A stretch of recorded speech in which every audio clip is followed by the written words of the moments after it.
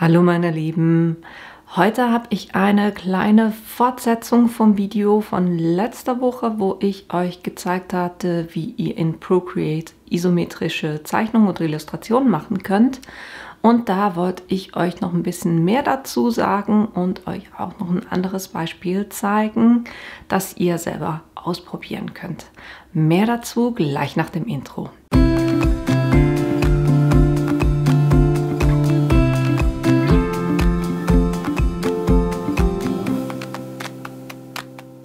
Was ich euch letzte Woche in Procreate gezeigt habe, war ja das isometrische Zeichnen und da wollte ich heute noch ein bisschen mehr dazu erzählen, weil hier haben wir so eine einfache Plattform mit einem Haus gemacht, ohne Großschattierungen oder solche Sachen, sondern einfach mal die Basisform, damit ihr das grundsätzlich seht, wie das isometrische Zeichnen funktioniert.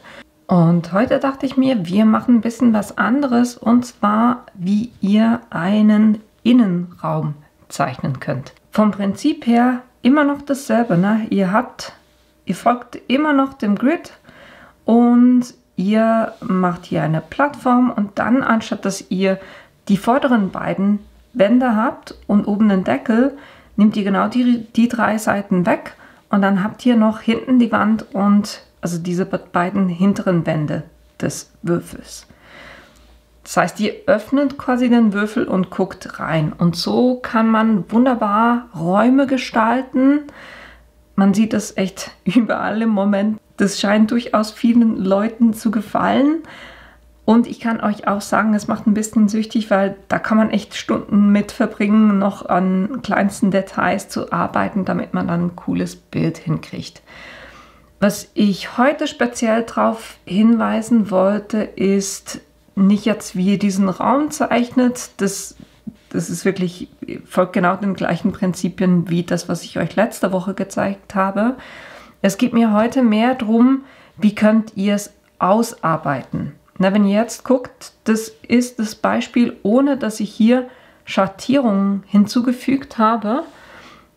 Ich nehme das mal weg und dann seht ihr, was ich schon gearbeitet habe. Das ist mit Schattierung.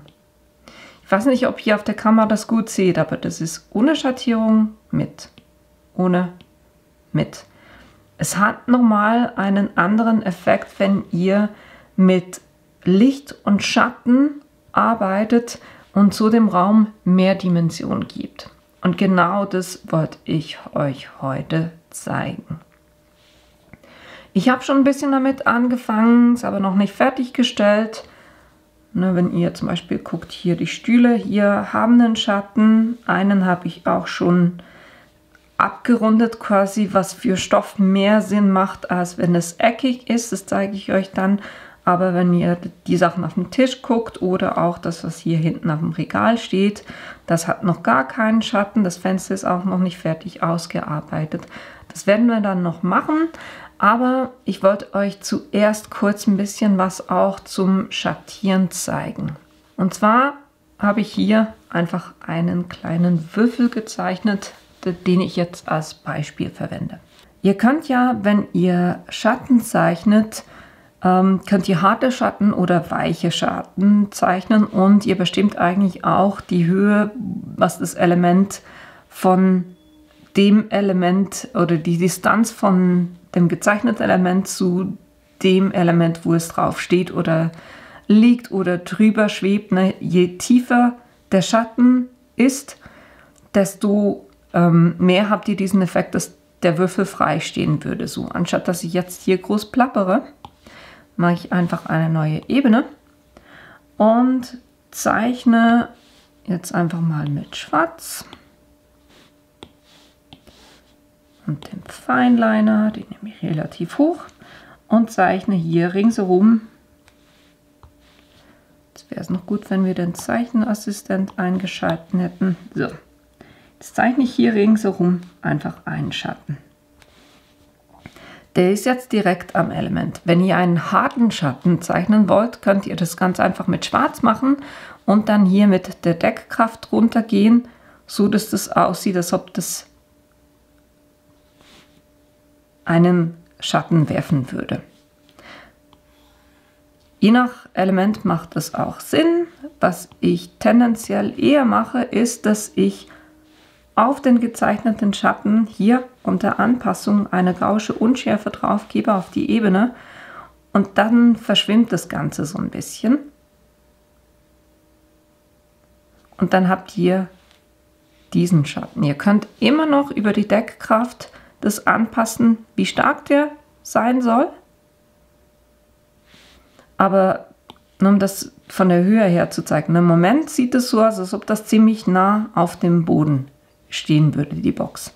Wenn ich jetzt den Schatten aber kurz viereckig mache,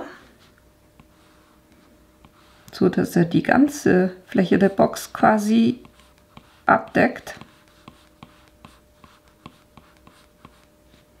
blenden wir die Box wieder ein. Und jetzt sage ich hier Gaußsche Unschärfe auf der Ebene und drehe die hoch.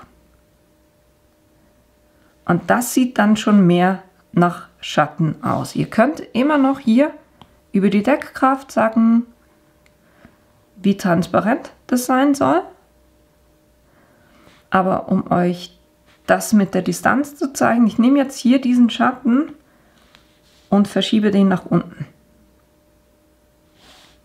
Und mache den ein bisschen mit weniger Deckkraft. Und jetzt seht ihr, dadurch, dass hier unten dieses Viereck ist und die Box quasi drüber ist, sieht es so aus, als ob das keinen Kontakt zum Boden haben würde. Das heißt, als ob die Box über dem Boden schweben würde.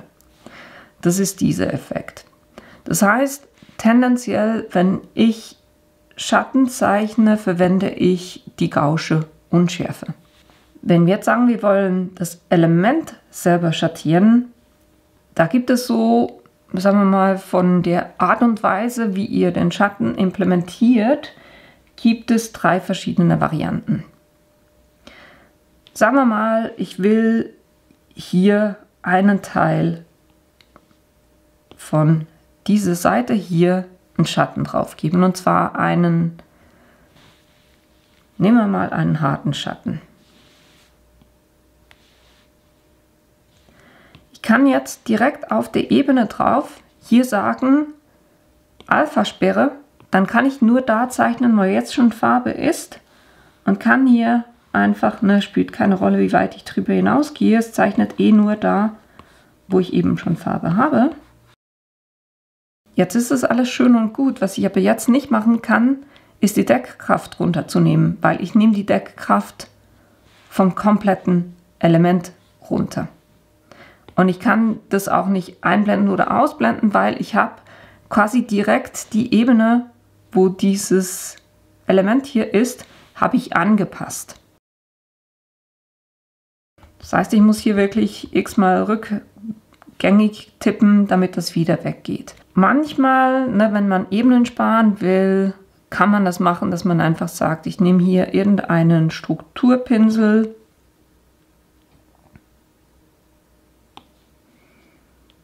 sage hier so eine Kork oder Asphalt Farbe haben, nehme die Farbe und gehe nur ein kleines bisschen dunkler, und dann gehe ich quasi nur hier aus dieser Ecke raus und gebe da quasi einfach so ein bisschen Struktur drauf und lasse das so ein bisschen auslaufen. Das heißt, ich gehe in der Ecke dunkler als an den anderen Orten und kann das so ein bisschen schattieren. Ist aber ganz ehrlich gesagt nicht der optimalste Weg, weil ihr könnt mit dem Effekt nicht wirklich spielen und ihr zerstört quasi eure Ebene, wo das Original drauf ist. Ich mache das jetzt alles wieder rückgängig, weil das ist im seltensten Fall eine gute Lösung, sagen wir es mal so. Eine bessere Lösung ist, ihr macht über der Ebene eine zusätzliche Ebene und sagt hier Clipping-Maske. Weil dann orientiert sich das, was sie jetzt macht, auf dieser oder an dieser Ebene. Das heißt, überall, wo jetzt Farbe drauf ist, zeichnet auch das. Aber es macht es nicht wie bei der Alpha-Sperre direkt auf der Ebene, sondern eine oben drüber. Sagen wir, wir machen das mit der Gaußschen Unschärfe kurz nochmal. nehme hier wieder extra einen harten Pinsel und mache nochmal das, was wir vorhin hatten mit quasi diesem diesem Dreieck aus der Ecke raus. Und jetzt, weil das auf einer separaten Ebene ist, kann ich hingehen und sagen, Gaußsche Unschärfe, Ebene und die hochdrehen.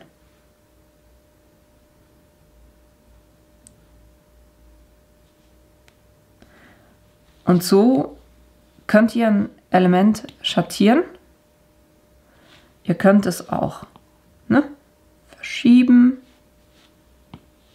Ihr könnt die Deckkraft ändern.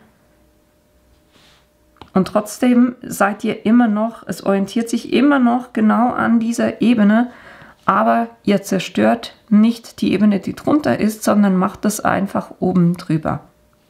Eine wesentlich bessere Variante.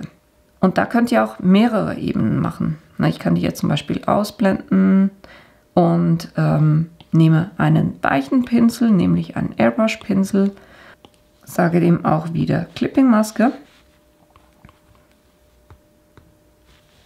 Gehe da mit der Größe ein bisschen hoch. Und jetzt kann ich da quasi das so ein bisschen eindunkeln mit ganz weichen Kreisbewegungen. Es zeichnet wieder nur auf diesem Element und ich kann auch hier die Deckkraft runternehmen, so dass das nicht mehr so intensiv ist. Das ist eine durchaus gute Variante, wie ihr Schatten machen könnt und ihr könnt dann auch gucken, wie sieht es mit aus, wie sieht es ohne aus. Oder ihr könnt ja zum Beispiel, wenn ihr da den Schatten habt, könnt ihr immer noch sagen, von der anderen Seite will ich ein quasi Lichtelement haben. Das auch zur Clipping-Maske machen natürlich. Und jetzt kann ich hier aus der oberen Ecke runterkommen und da quasi wie ein Licht drauf geben. Ich kann auch das immer noch verschieben, ein bisschen mehr in die Ecke hochnehmen. Ich kann Transparenz verändern. Also könnt ihr alles mit diesen Ebenen machen, aber eben, es sind separate Ebenen, was extrem hilfreich ist. Ich blende jetzt wieder aus, um euch noch die dritte Variante zu zeigen. Die dritte Variante ist mit Masken zu arbeiten. Das heißt, ich gehe auf diese Ebene und sage Maskieren. Und jetzt seht ihr quasi nur ein weißes Feld. Masken arbeiten mit Schwarz-Weiß und alles in den Grautönen. Das heißt, wenn das, was maskiert ist, angezeigt werden soll, dann muss ich mit Weiß arbeiten. Wenn ich etwas davon wegnehmen will, muss ich mit Schwarz arbeiten. Sagen wir mal, ich gehe jetzt hier auf den Fineliner und bin hier oben auf einem kompletten Schwarz.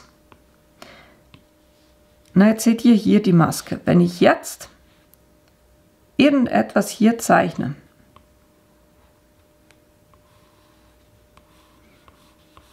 nur von dieser Ebene, dann seht ihr, was passiert. Na, ich lösche quasi von diesem Element hier Teile einfach weg. Das Gute ist aber, weil wir mit Masken gearbeitet haben, das ist nicht weg, sondern das steht immer noch. Ich habe es einfach, dadurch, dass ich hier mit Schwarz Striche gezeichnet habe, habe ich es wie weggenommen oder ausgeblendet. Wenn ich jetzt mit einem Grauton arbeiten würde, also mal 50 so in etwa,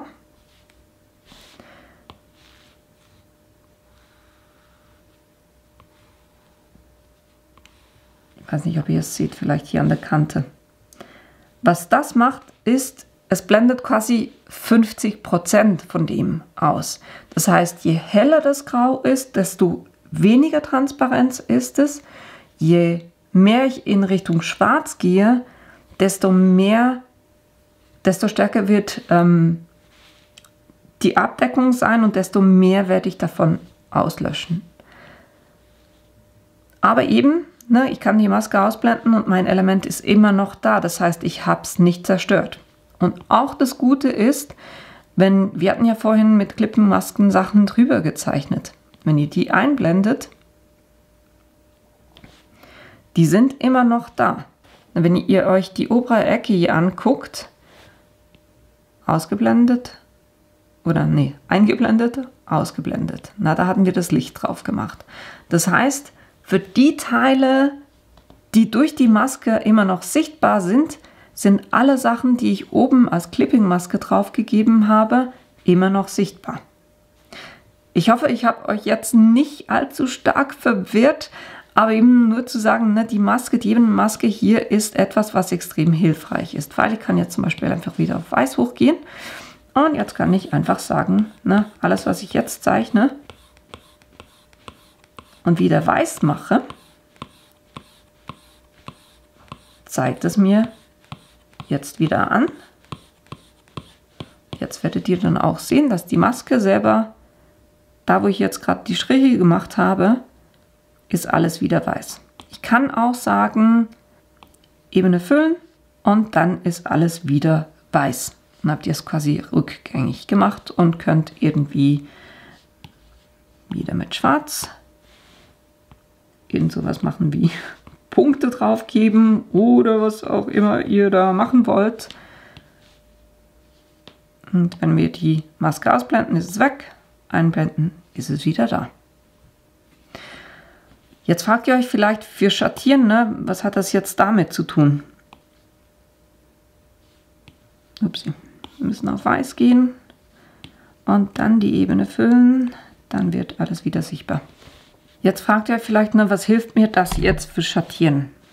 Ich kann diese Ebenen duplizieren und da hier auf Schwarz gehen und hier sagen auswählen und dann Ebene füllen. Dann ist dieses Element komplett schwarz. Jetzt kann ich hingehen und sagen, mach da eine Maske drauf. Und ich kann das untere Element so von der Deckkraft ein bisschen wegnehmen. Und auf der Maske, wenn ich jetzt zum Beispiel mit einem Airbrush-Pinsel drauf gehe und da sage schwarz, dann kann ich hier von der Maske Teile wegnehmen, das hier oben heller machen. Wenn ich sage, ne, es ist zu viel, dann kann ich wieder auf Weiß gehen und sagen, hier unten, ne, ich will doch ein bisschen wieder mehr davon sehen. Und das habt ihr jetzt aber nur auf der Maskenebene gemacht. Das heißt, wenn euch das Ganze nicht passt, könnt ihr einfach ausblenden, ausblenden und so eure Schattierung einfügen. Somit, es gibt wirklich verschiedene Arten. Ne? Ihr könnt Alpha-Sperre, das finde ich die schlechteste Variante. Dann Clipping-Maske macht bei vielen Varianten durchaus Sinn. Oder dann eben mit Masken arbeiten.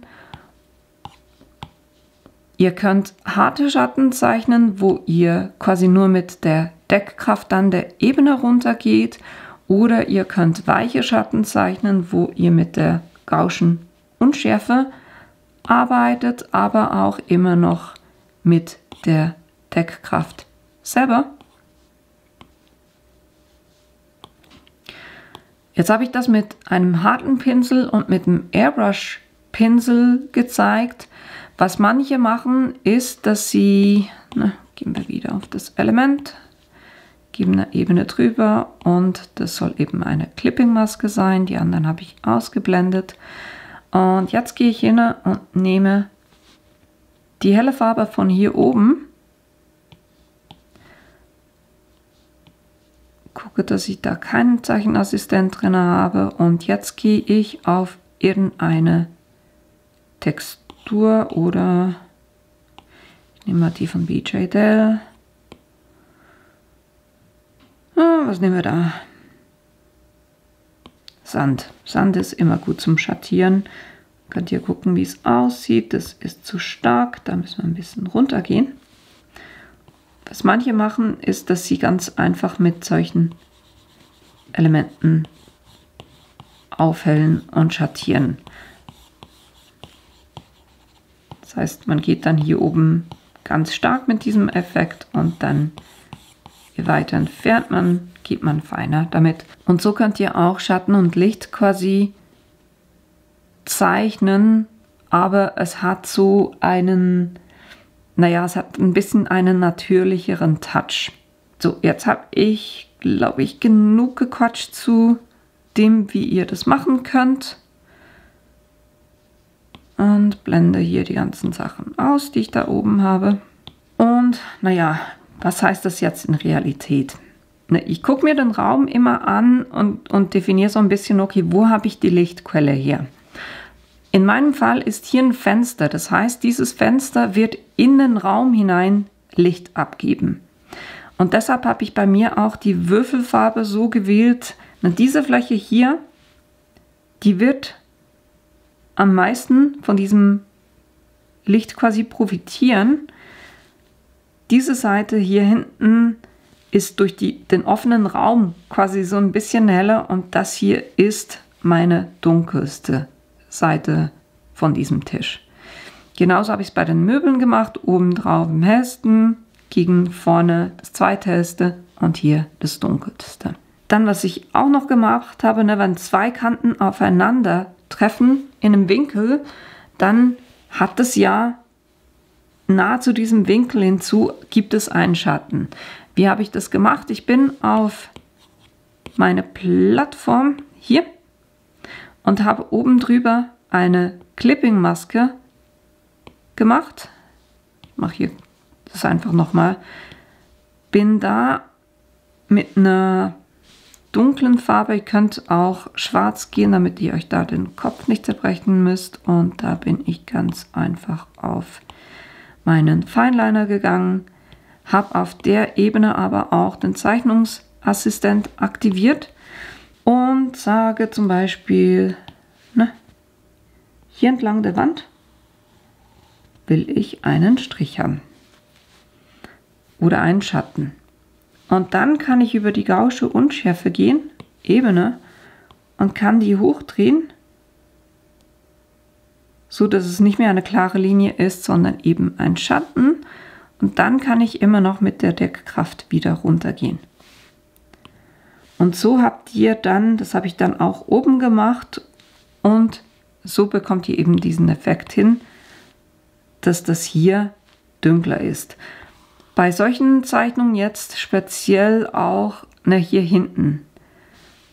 Wenn ihr den Innenraum mit zwei gleichfarbigen Wänden macht, dann macht es Sinn, wenn ihr hier runter, wo quasi die Ecke ist, wenn ihr aus der Ecke hinaus einen Schatten macht. Weil wenn wir den nicht haben,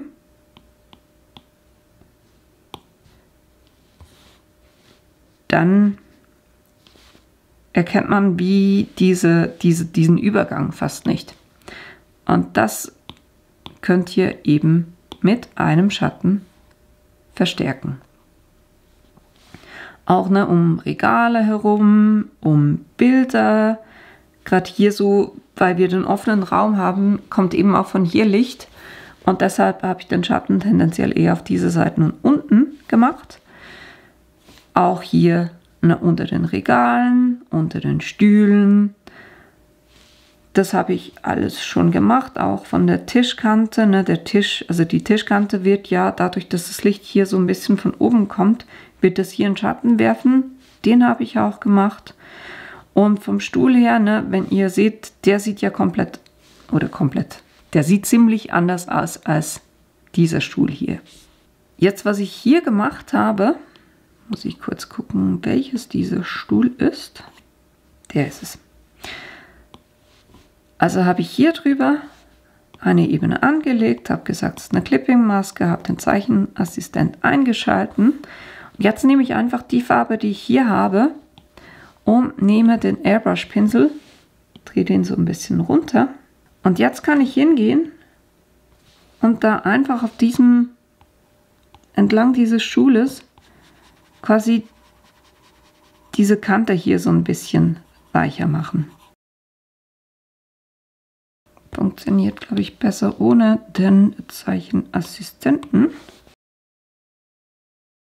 Einfach so, dass diese scharfe Kante nicht mehr sichtbar ist.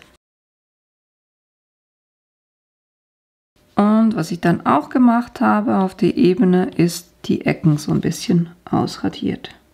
Oder einfach abgerundet, so dass ich nicht scharfe Kanten habe. Zeichenhilfe aus, macht auch Sinn, ne?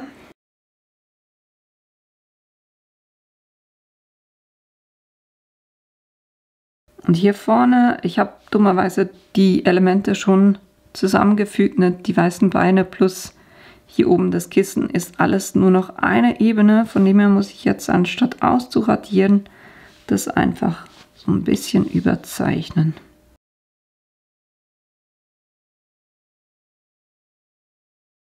Sieht jetzt nicht ganz genau aus wie dieser Stuhl, aber in der Regel mache ich einen Stuhl und dupliziere den dann. Und jetzt, damit alle gleich aussehen, lösche ich den hier kurz und dann gehe ich hin und nehme den anderen Stuhl, dupliziere den, dupliziere auch die Ebene, sage da wieder Clipping-Maske. Jetzt kann ich den Stuhl einfach nehmen, indem ich eine Ebene, die zweite Ebene, wenn ich beide markiert habe, kann ich den ganz einfach hier rüberschieben. Und dann habe ich zwei Stühle, die genau gleich aussehen. Das heißt, wenn ich Sachen habe, die sich wiederholen, mache ich ein Element davon und dupliziere die dann einfach, damit dann alle auch einigermaßen gleich aussehen. Jetzt gucken wir uns an, wo wir da noch Schatten brauchen. Ich würde sagen, wir machen mal das Fenster noch fertig, weil im Moment habe ich eigentlich nur einen Rahmen, einen ganz flachen Rahmen und hinten dran ein weißes Feld. Plus vorne. Und ich habe diese Verstrebung, ich habe den Rahmen ringsherum und das weiße Feld. Das ist alles, was ich im Moment habe. Jetzt gehe ich da noch eins oben drüber und ich will dem Fensterrahmen per se ein bisschen Dimension geben. Und da mache ich eine Clipping-Maske und nehme eine Farbe, die so ein bisschen heller ist.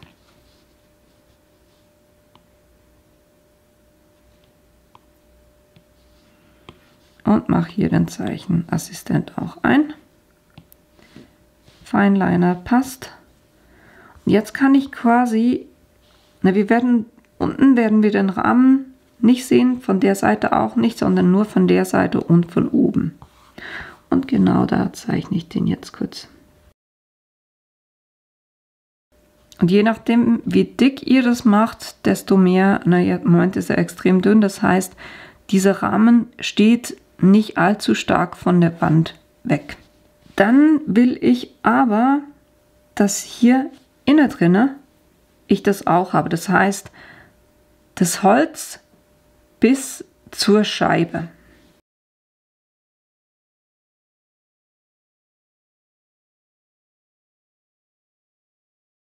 Und diese Verstrebungen, die liegen innerhalb des Glases. Das heißt, auch darauf werde ich so eine kleine Reflexion machen.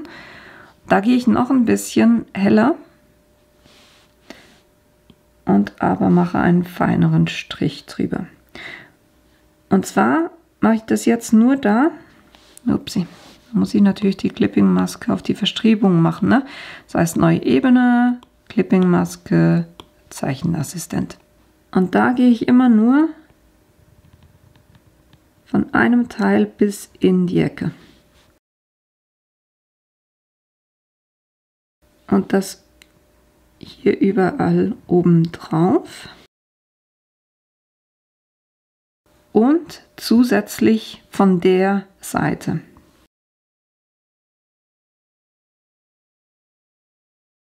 Ihr denkt euch vielleicht jetzt, na, das ist so eine Kleinstarbeit, macht das überhaupt Sinn?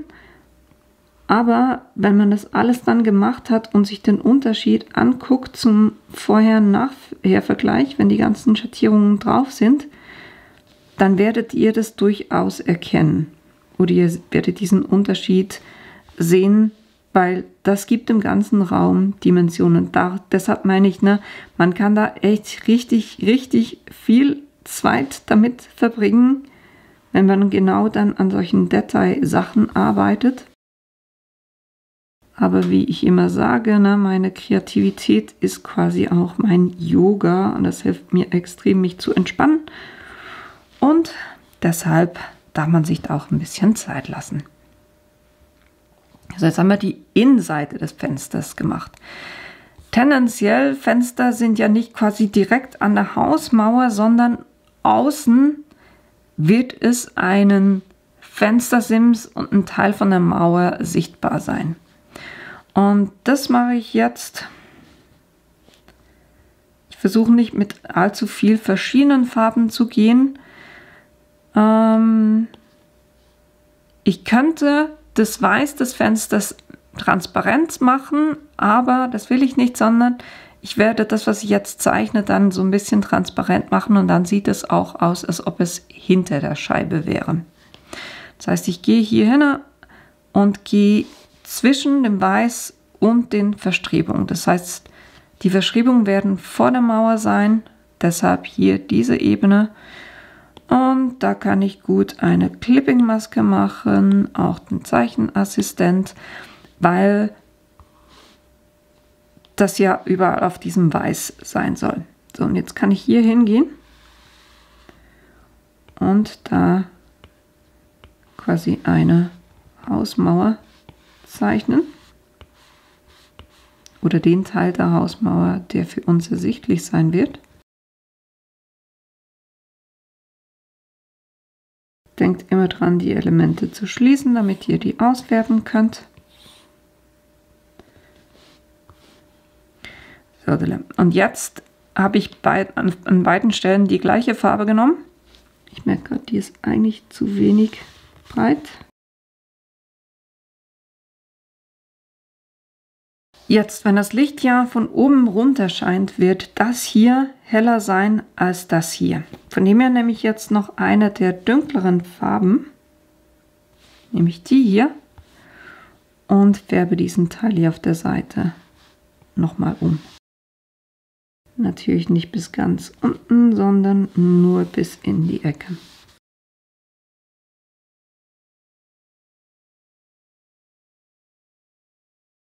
Und dadurch, dass das jetzt hinter den Verstrebungen ist, sieht es so aus, als ob das außen ist.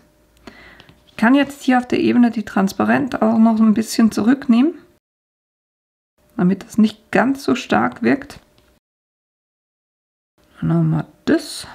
Und dann, wenn wir uns das Fenster angucken, ne, durch das Fenster kommt ja Licht. Diese Wand hier, die direkt nach der Lichtquelle runtergeht, wird von diesem Licht nichts abbekommen, aber der Boden. Und deshalb gehe ich jetzt hier einfach auf den Boden, eins drüber, Clipping-Maske wird gemacht, weil ich schon auf einer Ebene drüber eine Clipping-Maske hatte. Und jetzt gehe ich wieder auf den Zeichenassistent und gehe jetzt hier einfach mal komplett weiß. Und, nee, Zeichenassistent nehmen wir raus. Und ich zeichne jetzt einfach mal, es würde hier runterkommen. Da wird es ein bisschen durch das Möbel versteckt. Das heißt, ich gehe hier bis an die Kante. Dann machen wir hier kurz den Zeichenassistent wieder ein, damit wir entlang der Kante fahren können.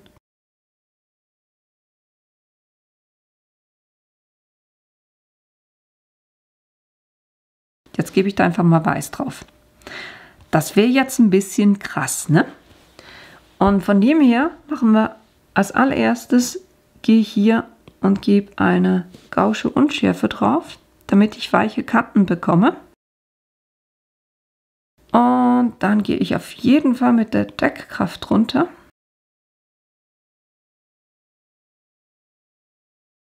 Und was ich dann mache, ich gehe mit dem Radiergummi, aber nur mit einem Airbrush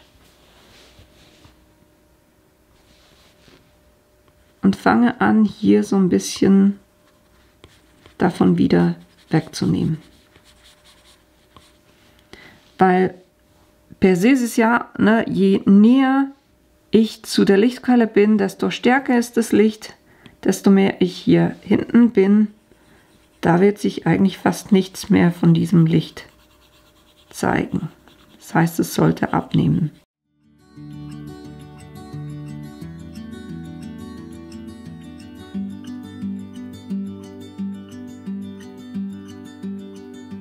Please just tell me what's on your mind, 'cause I don't have time to figure it out. Und so habe ich vorne im Raum so ein bisschen Licht und hier hinten ist es dann quasi weg. Jetzt, wenn die Sonne hier reinscheint, werden gewisse Sachen auf dem Tisch ja einen Schatten werfen. Muss ich gucken, wo ich die ganzen Sachen habe. Das fängt hier an. Das ist die Tischplatte. Da gehe ich jetzt eins drüber. Gebe da eine Clipping-Maske drauf. Nehme den Zeichenassistent. Gehe auf den Fineliner und sage schwarz. We haven't been our best for long. I think that we're just holding on to something that won't work out. Maybe we should walk away, just say goodbye and go our separate ways. Und ich sage nicht, da müsst ihr auch nicht jetzt extrem detailliert arbeiten, weil ich habe jetzt extrem reingezoomt. Ne? Das wird nachher gar nicht so stark sichtbar sein. Und jetzt können wir da mal auf die Gaußsche Unschärfe gehen. Und dann auch die Deckkraft runternehmen. Wenn wir uns das dann von weitem angucken, sieht es im Moment so aus, als ob das Zeug auf dem Tisch schweben würde. Das heißt, ich muss noch einen zweiten Schatten drauf geben.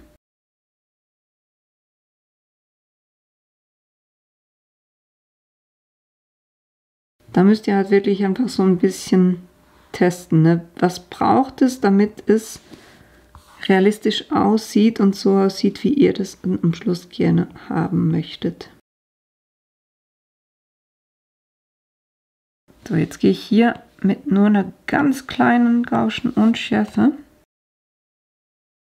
und nehme aber hier massiv die Deckkraft zurück. So, das sieht doch schon besser aus. Und so könnt ihr jetzt quasi durchs ganze Bild durchgehen und überall da, wo es Schatten braucht, den Schatten auch hinzufügen oder eben auch das Licht. Jetzt gebe ich euch kurz ein bisschen Musik aufs Ohr und arbeite da noch ein bisschen weiter. I can feel it deep inside. We will never work this out. We will never work this out. I can feel it deep inside. We will never work this out.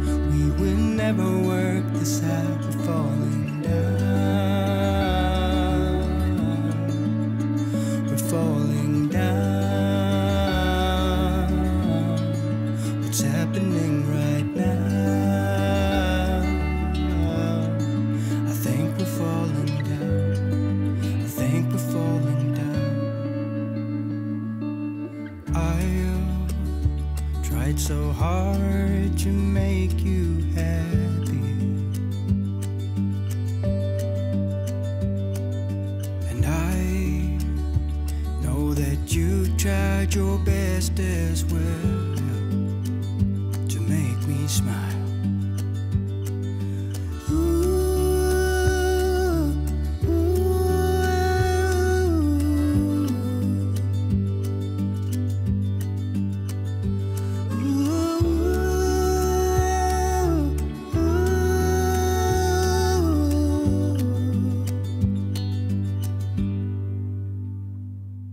And I can feel it deep inside. We will never work this out. We will never work this out. I can feel it deep inside. We will never work this out. We will never work this out. We're falling down. We're falling down. What's happening right now? I think we're falling down. I think we're falling down. I think we're falling. So, für mich reicht es auch mal, um euch einfach mal zu zeigen, ne, wie ich sowas mache. Aber da könnt ihr echt massenhaft Zeit investieren rein, um sowas zu erstellen. Und es lohnt sich wirklich auch, die Details auszuarbeiten. Ich zeige euch nochmal, wie das Bild aussieht ohne die Schattierung. Das war so. Und mit ist es so. Also es kriegt wesentlich mehr Charakter, wenn ihr sowas macht und euch für sowas Zeit nehmt. Aber das war auch schon alles, was ich euch heute zeigen wollte. Und ich hoffe, da waren wieder ein paar Tipps und Tricks dabei, die für euch hilfreich waren. Ich hoffe, euch hat dieses Video gefallen und die Infos waren hilfreich für euch und ihr habt auch was dabei gelernt und auch Lust, das selber auszuprobieren. Das iPad und die App, die ich verwendet habe, werde ich euch natürlich unten in die Links reinstellen. Und wenn ihr meinen Kanal bis jetzt noch nicht abonniert habt, dann tut das doch bitte, weil das hilft mir tatsächlich auch weiter. Und ich hoffe, wir sehen uns in einem meiner nächsten Videos wieder. Bis bald!